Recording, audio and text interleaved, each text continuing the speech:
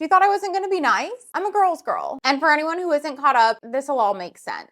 You see, Jen, this comment was in response to a video that I made, making it clear that I was going to respond to the other comment that you left here on a previous video. And that video was about how Nick Shirley is getting a ton of attention for the alleged daycare fraud, which has since been debunked, and how there are much larger systemic crimes. And just to name one example, $50 billion is stolen from US workers through wage theft per year. And I'll be honest, in that video, I did talk about Nick's insecurities and how insecurities are not a reason to be a bad person.